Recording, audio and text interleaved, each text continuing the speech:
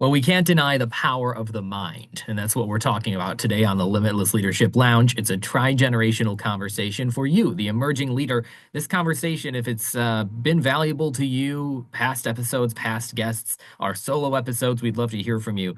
If you write a review for us up on your favorite podcasting platform, Apple Podcasts, or wherever else, it will not only help us reach more listeners like yourself, but also give us some feedback to implement in future episodes. I'm John Gehring, joined as always by Dr. Anuma Karim from Bangladesh and Coach Jim Johnson from not too far where I am. Coach, go ahead and introduce our guests today and let's get into the power of the mind. Yeah, we're looking forward to having Karen Ross, and she'll delve deep, I'm sure, for us. But Karen Ross is a mental coach and hypnotherapist certified in rapid transformational therapy and the attitude of a champion and IPEC certified coaching. Karen combines her various trainings with a natural ability to relate and engage with her clients. She offers clarity of vision and heightened sense of purpose and well-being for people seeking to improve performance in any endeavor. She also works with people who are stuck or facing seemingly insurmountable short or long-term challenges in their careers or lives. And Karen is in Chicago, and we're really looking forward. So, Karen, welcome to the Limitless Leadership Lounge. Oh, thank you. It is my privilege to be here. Thank you so much for inviting me, and great to meet Dr. Karim and John. Wonderful. Thank you. Yes, Excellent. great having Well, you. I'm going to take you back because I know you've done a lot of different things, and you used to have kind of like a radio show. And because I'm a big personal growth junkie, I got to delve in because I know one of the people you introduced was the late great, oh my God, Wayne Dyler. So Yeah, I'm losing my mind yeah. here. And I'm just curious, tell us a little bit about that interview and maybe one or two highlights, something you really picked up from Wayne that's helped you that could also help you leaders. Wayne was probably one of my favorite guests. Did have an interview, live interview call-in show here in Chicago for about 10 years and interviewed people like Wayne Dyer, but anybody who had written, not anybody, but authors of nonfiction books. But my goal was always to focus on a topic that would bring information to the audience that would help them live a better life. Wayne Dyer, as far as self development, is at the top of my list for sure. And there are many newer people on, broadcasting today, but I think many of them draw from Wayne. And I really followed Wayne Dyer's his process from his first book, Your Erroneous Zones, I think was his first book. Mm, And then he yeah. had his own transformation to where he became much more, well, became more spiritually inclined and really delving inside oneself. Mm, As far as remembering specifics from interviews, I don't know if that's the case, but I have to admit that just recently I kind of felt drawn to pay attention to his work again and pulled down some of his books and got a couple of his books on audio. And in fact, one of his books is one of my favorites, which is Wishes Fulfilled. That is a book mm. that on occasion I'll awaken like all of us do sometimes and can't go back to sleep. I put that book on and I go back to sleep. There's just something about the message and his voice. Um, Voice, yeah. and I bet I've listened to that book 10 or 12 times. Wow. And then he has another one, Change Your Thoughts, Change Your Life, which follows the concepts of the Tao. And I have found that interesting and very, very inspiring. But all of his work is just really outstanding. And as I said, he's one of other guests, but he Mm. stands out in my mind. Yeah, I'm a big fan of Wayne Dyer and his wisdom. Every morning I put on his YouTube videos, and just listening to him talk is so therapeutic, and you get ready Yeah, for the day. So I just love the way he sees the world. And one of the things that you mentioned, like change your thoughts, and you can change your surrounding as well. And every day there is this data that there are 60 or 70,000 thoughts that are bombarding our brain, Yeah. which is impacting the way we make decisions. And in this era, from your perspective, with the social media and all these noises around, so there's so much information, but knowledge is not much out there. Do you see that more we are becoming more anxious, which is impacting our decision making and our conscious level of living in the present? I don't think there's any question that we are. And I think what I find most concerning, though, is how social media and other digital messages, if you will, are impacting our young people. Mm, And that really, really concerns me. I had the TV on earlier this morning, and I didn't really hear the whole story, but I know that one of the social media platforms is often in the news and highly criticized. And I guess there are schools that have now sued that. I don't want to mention any in particular, but right. there are some schools, I think, that have come together and filed suit against one of those platforms. And they talked about some of the facts and figures of the impact that is having on our young kids. And even though Mm, they've put certain restrictions in place, kids know how to get around them. Mm. And we mm, can't trust that a social media platform is going to do something, anything to protect our mm. kids. That is up to us as parents, as leaders, as therapists, teachers, whatever role we play.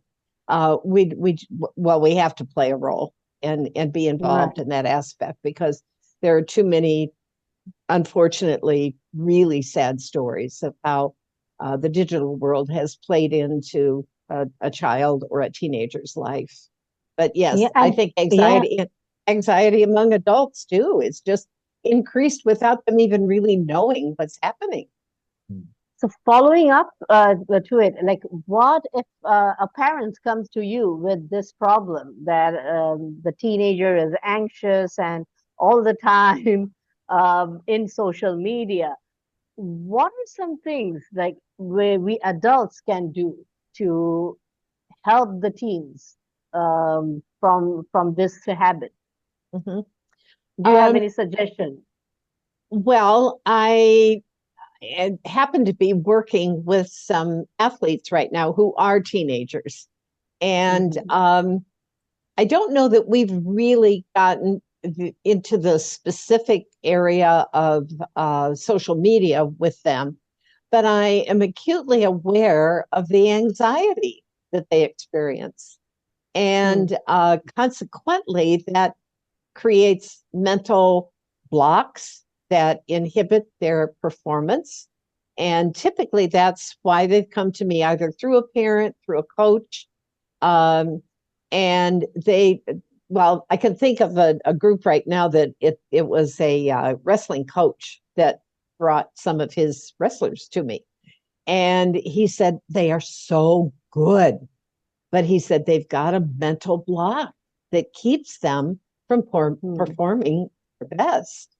So I think that as far as recommendation for the authority figures in their lives, um, I certainly come into play to help them get rid of those mental blocks. And sometimes it's a real eye opener. They're so caught in that negative default thought process. To bring them mhm, out of that is kind of enlightening, and that's always good to see.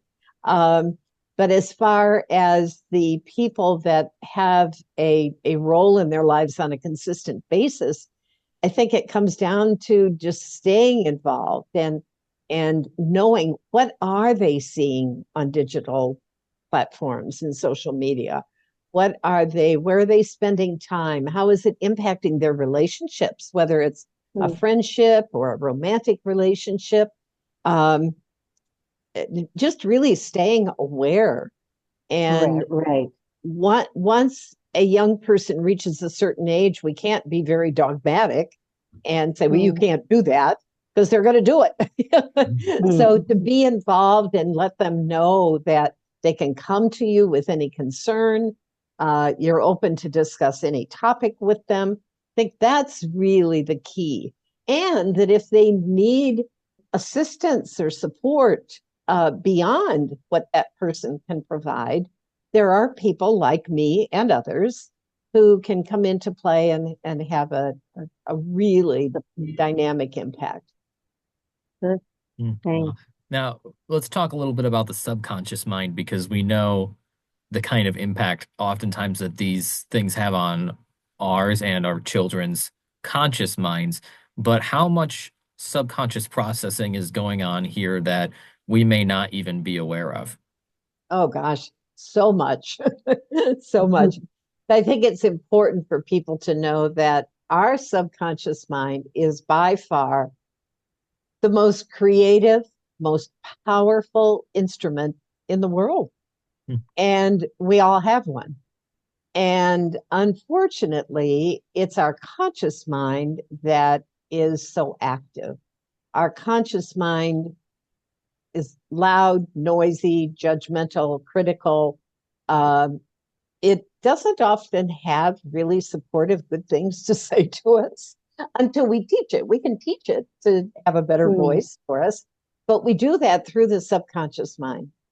And what I do with people through hypnotherapy is to help them learn how to quiet the conscious mind, which then gives the subconscious mind an opportunity to be accessed. And when we access the subconscious mind, we learn just how powerful it is. Unfortunately, because the conscious mind is so loud and consistent, we don't take that opportunity, and sometimes we don't know how. So that's what I can help people do.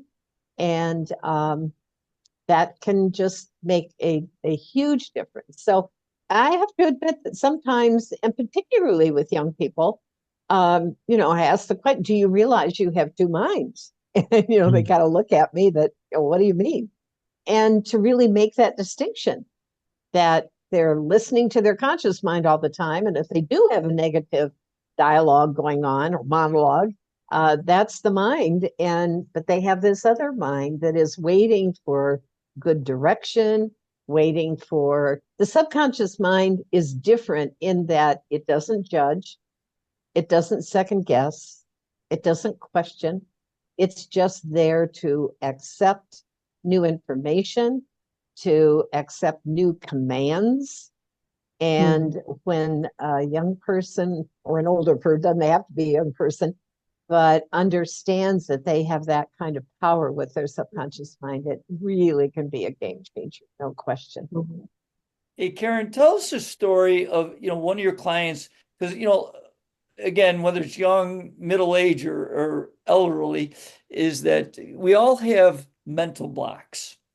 And certainly we would encourage our listeners to work with someone like yourself. But can you give just our listeners, the first couple things you would advise them to help them overcome the mental block? And then, obviously they could have more coaching from you. But, help people get off to a good start because, almost all of us have some kind of mental blocks and various things in their lives. Sure. One of the first techniques that I talk about is I call it, well, I don't call it, it is called thought stopping, becoming aware. It's actually becoming aware. What is your subconscious? I mean, your conscious mind saying to you? Is it saying, well, I'm not as good as I think I am? I'm not as good as other people think I am. Well, I don't know if I can do this or not. And that's what I find most young people are hearing in their mind. So the first step is and I ask them to make a list. When you hear yourself saying something, jot it down, put it on your phone, start a list on your phone, whatever the process is good for you. I have found that some of my young people right now, they've started their own notebook. I don't suggest that, but I'm pleased to see it, that they take the work that seriously, that they have a notebook, and that is where they can put some of those thoughts. So even though we don't want to keep those negative thoughts, we need to be aware of them so that when they come up, we can shift them, change them. And one of the phrases that I use, and people really like it, and I didn't create it when it's not that exclusive, couldn't think of the right word, but I heard another coach actually said, when those things come up, just say stop, cancel, clear. And that is so simple. We don't have to get into a long thought process to change the thought. But when we hear that negative, just say stop, cancel, clear. And you can follow it up with, get the fear out of here, get the whatever the negative is. I think the person who suggested that, he said, if you want to use a different F word, you can, but just get it out of here. Stop, cancel, clear. Not going to think that way anymore. And so that would be the starting point, is becoming aware. What are those voices what are those statements you're hearing? Yeah, and once you weed out those thoughts, it's like you can plant new thoughts, thoughts that are good thoughts. I think Absolutely. that is so important, because I deal with young people. I work with young people as well. And majority of the young people, as you have mentioned, they have that limiting thought about themselves. I'm not good enough.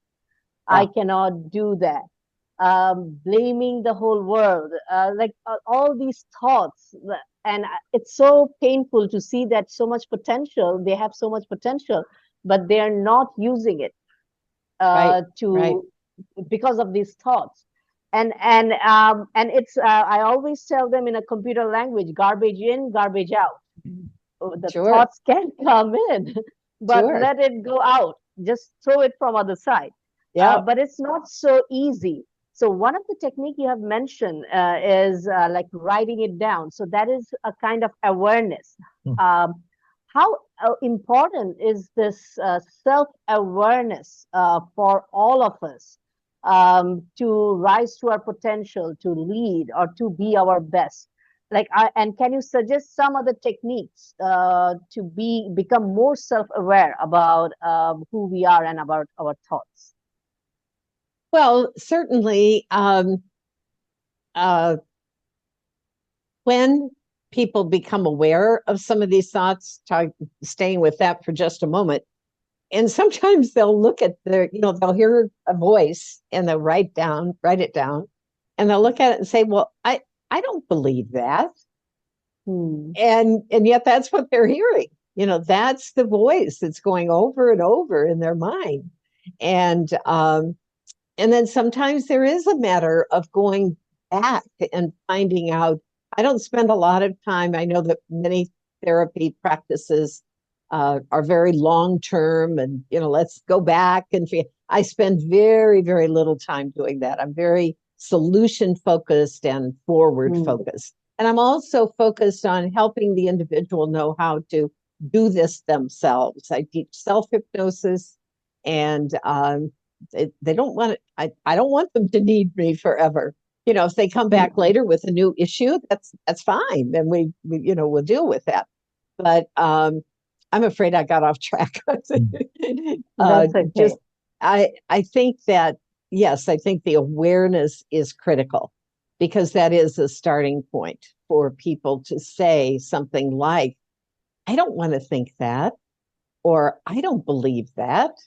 Or maybe they say, boy, I really have been believing that, or I've been saying that to myself, and I don't want to live that way. If we're talking about an athlete, that's not how they want to perform.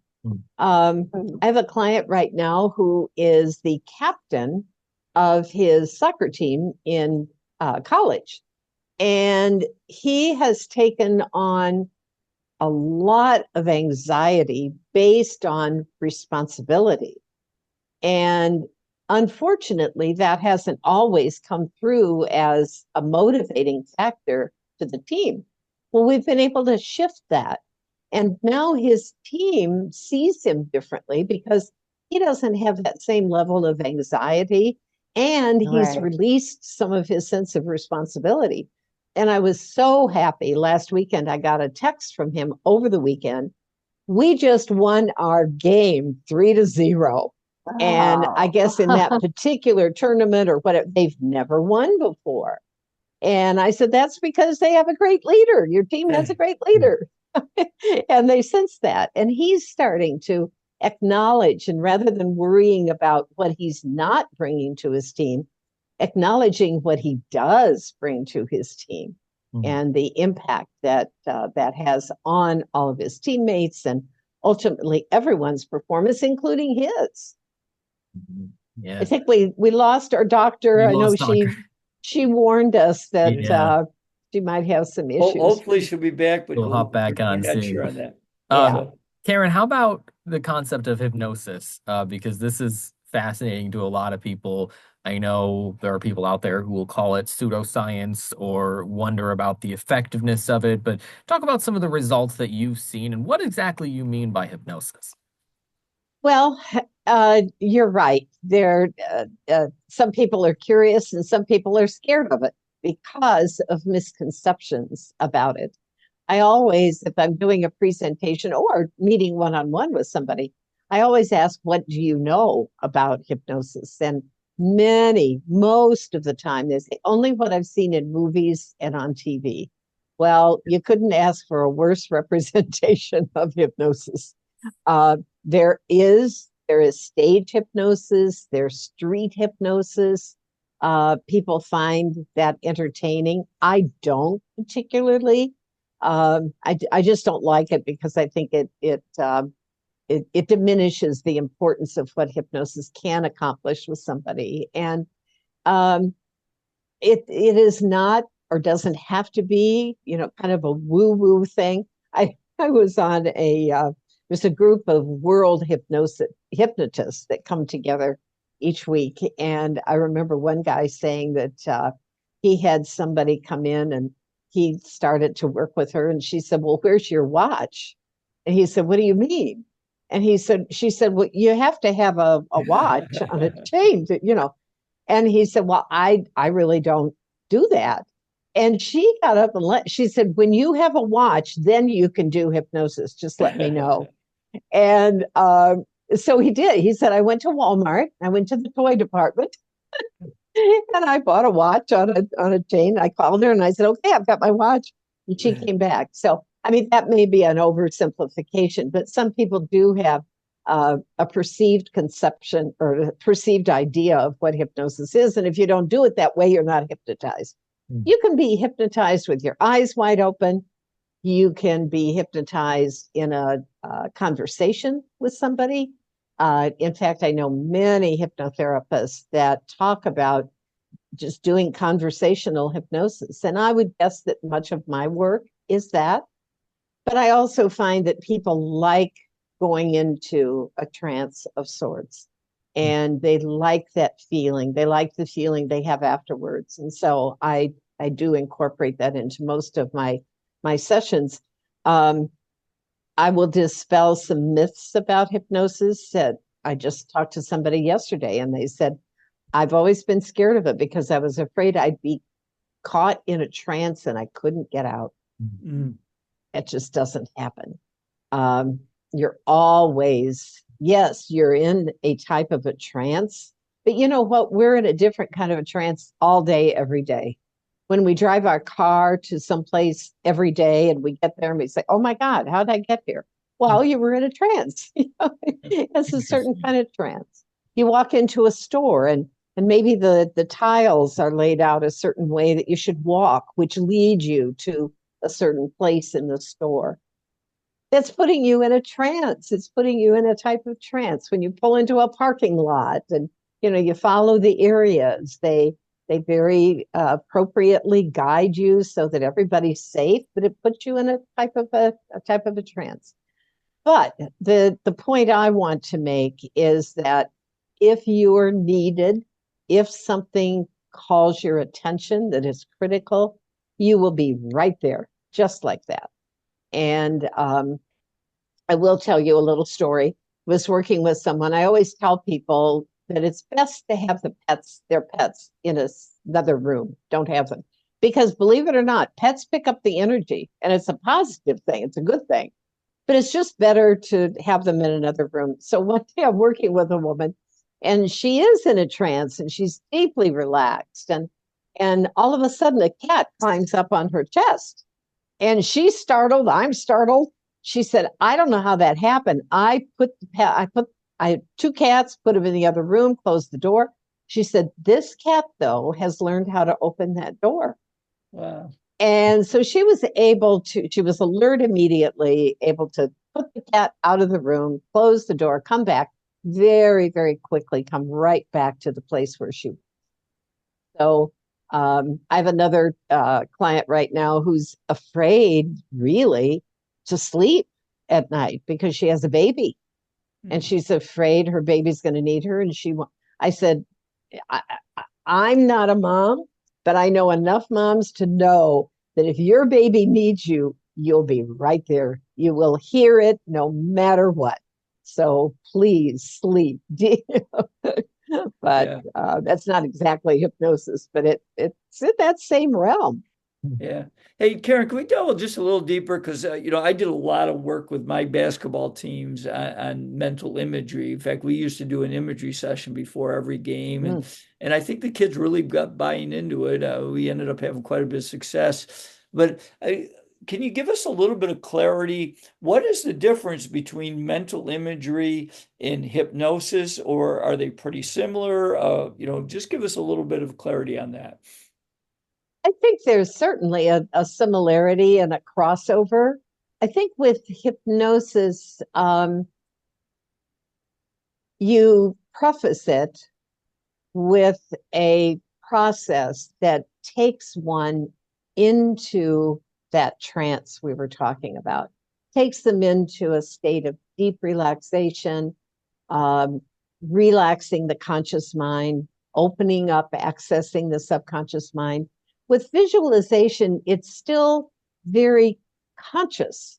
It's something that I think that this is the best way I can describe the difference, that you just decide, I'm going to sit down and I'm going to envision this. And it's not that that doesn't work, it does work. And we might even use the same visions, but I think there's maybe a depth with hypnosis that brings the subconscious up and ready to really act that you might not get in simple visualization, if you will. But absolutely, seeing the wind, I was working with a wrestler one day, and I wanted him to do just that. Tell me, he was in a trance, and I said, tell me what a perfect match looks like. What? Well, I mean, he went into such detail. I mean, uh, I was amazed. And I would never get that detailed in repeating it back or delivering that message to his subconscious. But I thought, my God, his imagination is fantastic. I mean, he saw every little detail. And I do encourage them to get in that place of a win. And if they experienced a win, go back there and what did that feel like? What were you wearing? What did you hear? Um, all of those things. And I'm sure, Jim, you get into that with your athletes. But I think there is a difference in, I guess, the trance. And somebody can do that themselves. They don't have to have me around. I can teach them how to do that. And the more they do it, the quicker they can do it. So at first, it, excuse me, may take a little longer. But when they practice, like anything, whether it's shooting a basketball or whatever it might be, the more you do it, the better you get. And the more you practice self-hypnosis, the better you get at it. And when you really need it, you're sitting on the sidelines of a game and your team is losing, and you really need to get into that place, you get to a point where you can do it that quickly. And you can see the next move that's going to be perfect and that's going to turn the game around, or whatever the situation is. So let's talk a little bit about self-hypnosis, because that's a tough thing. And a lot of people probably like me probably think, well, I don't think I'd ever be capable of that. How do you practice self-hypnosis? Well, you really start by learning how to fully relax your mind and your body. And as I said a moment ago, initially that's going to take longer. You're really going to focus on, I'm going to start at the top of my head. And I suggest that, maybe you visualize a warm liquid or a light or, whatever feels good to the person, just traveling down through the body. And particularly when it hits parts of the body where we tend to hold tension, like our jaw, our shoulders. Um, and when we get to that point to, if anything, tighten it up for just a second so that we have the experience of letting it go. And while I guide a person doing that, and if they have a part of the body that maybe has been injured in a sport, when we get to that part of the body, I talk about, let's just stay here for another minute. And if it is a warm liquid that they're picturing or a light, just see that brighten, see it warm, whatever it is, and just spend a little extra time there because it's still healing and that kind of thing. So you can do that yourself. It makes a big difference to have somebody work with you first so that you really understand how that works. But after a period of time and after the practice that I mentioned, you get to a point where you say, okay, I need to be in that state and I need to be there right now. And you get to a point where you can do that. So it is a matter, and I think individuals kind of find their own way of getting to that place of deep relaxation. It may be going down through the body. That's one of the most common ways. But there are other ways, certain things that you might picture in your mind, and that if you picture that, you're going to that place. Mm. That kind of thing that you decide on. One of the things that I do with people is help them come up with a power word or a power phrase. I give them quite a few to choose from, and it's always difficult because you look at the list. Well, I want to be all those things. I want to have all that, and uh, we whittle it down to one or two at the most, and that's kind of their guiding light. And when they start to feel any doubt or frustration or anxiety, just to remember those words. Maybe they see those words swirling around them, use it different ways. That it is my current thought in alignment with that word or those two words. And if it's not, you shift right now. But there are different ways that people can learn to put themselves in that state. And Jim, you've probably worked with some athletes that are able to do that and able to do it when they are sitting on the sidelines and they're going to be on the field in a moment, and they've got to act quickly, and they learn how to do that. But by practice.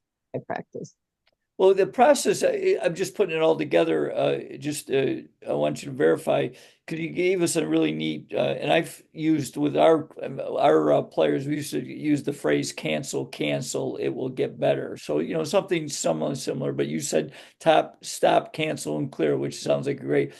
Would you then advise the person you're working with to use that phrase to change the framing of the mind and then start talking or sharing in their mind, the power word or the power couple words? Would that be something you would advise a client? Sure. Either that or some like to visualize or think the opposite of what they were thinking. Now, that doesn't always work if let me think of an example.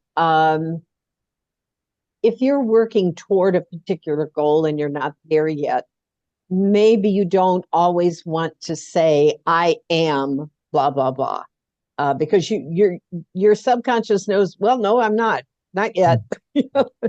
So you can temper that a little bit. Every day I become closer to being. Every day it's easier to be that person or have that skill. it's a phrase that I think was made fun of at one point in time, but every day and every way I'm getting better and better. And it's true. I mean, that applies. And if we keep telling ourselves that, whatever our goal is, if we know that every day it's getting better, we know we're moving in the right direction. And we're not fooling our subconscious or our conscious mind by saying something that we absolutely know isn't true yet. We can always temper it and know that we're moving in that direction. Wow. And now I know there's a lot of research behind sleeping too, and how important sleep is, of course, but then also what's happening in our minds when we sleep. Is there any benefit for the people that you've worked with to either affirmations while sleeping or listening to something or doing some sort of subconscious work even while you're not awake? Mm-hmm. Um, Sleep is an interesting topic because I think I have found that people have such different approaches to getting back to sleep. And that's typically not always, but that's often the issue. People maybe don't have as much trouble going to sleep and then they awaken and can't get back to sleep. Um, either way, whether they have trouble getting to sleep in the beginning, sometimes even shifting that falling asleep. Sometimes our subconscious doesn't like the idea of falling. Falling is not a real good image. Uh, Going to, all of them, they can have a negative. And I think it's always better to welcome sleep to come to you so that you're not going someplace, but you are allowing sleep to come. And you're just allowing yourself to drift and dream and float and relax. And in that process, sleep can come.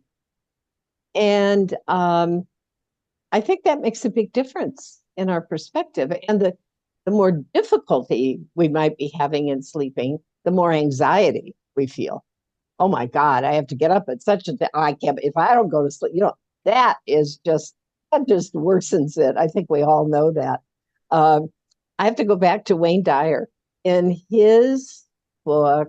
Yeah, I think it's in Wishes Fulfilled. He's got a whole section about how to go to sleep at night.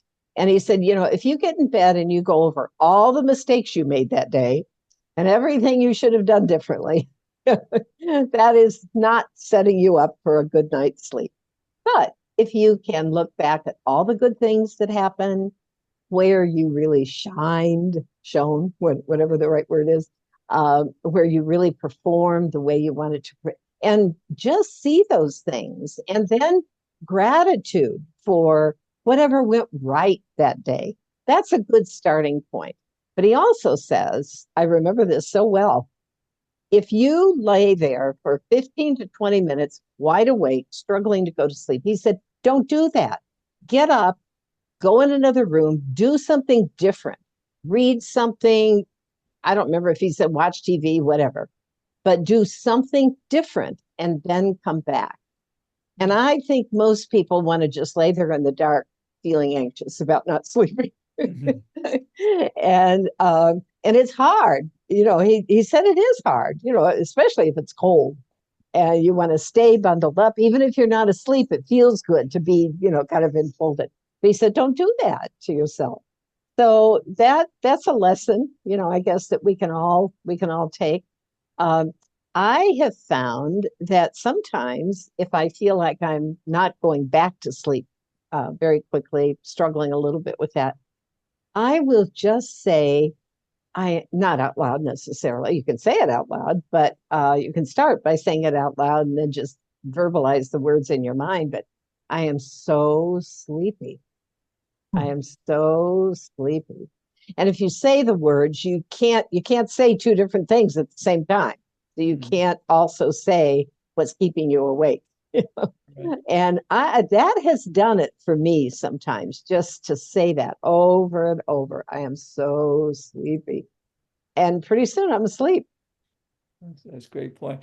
Well, Karen, we've really enjoyed your insights. I have one more question. I know John will want to know your contact and probably has a one more question as well.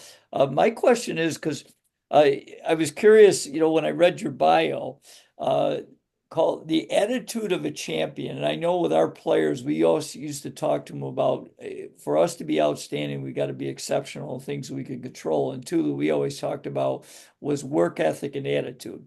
So I'm curious, can you delve into what do you mean by the attitude of a champion? Oh, I think that anytime somebody sees themselves as a champion in a sport, in a school subject, it can carry over into so many aspects of life. But when they feel like a champion and absorb that mindset, it can't help but carry over and manifest in their performance and their actions. And if they keep saying, oh boy, I'll never be that good, they look at someone who is a champion. They recognize, they acknowledge, oh, that person, I'll never be that good. Well, chances are they won't. But if they can be their own champion or where it counts in their life, they are a champion. It just makes all the difference in the world. And again, if they don't feel like a champion today, they can say, I am becoming a champion. Every day I get closer to being a champion at whatever it is they want to excel in. Wow, Right. that's really good. That's really good stuff. I love the I am becoming versus the I am. Yeah. That you mentioned that distinction, how important that is. You're a hypnotherapist, you're a coach, you're really well trained, and you have incredible success stories. You were telling us one success story about a client and flying. Are there any other stories that you'd like to share of clients who have really not only changed their minds, but changed their lives because of working with you? There's one that pops up in my mind because it was kind of unusual. And it for him, it was life changing. That's perception. We all have a different level of what's going to change our lives. This was a guy in his 60s who could not swallow pills. Hmm. And he hadn't been able to swallow pills all of his life. And he said, now that I'm older, I'm taking more supplements to be healthier. I'm having to take more medication. And he said, I don't want to live the rest of my life not being able to swallow pills. And, some people would say, what a silly thing. And if you're in your sin, why bother?